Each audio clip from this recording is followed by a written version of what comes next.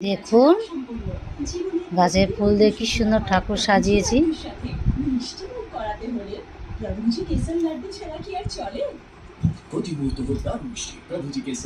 এটাও গাছের পদ্ম, 12 মাসের পদ্ম। এটা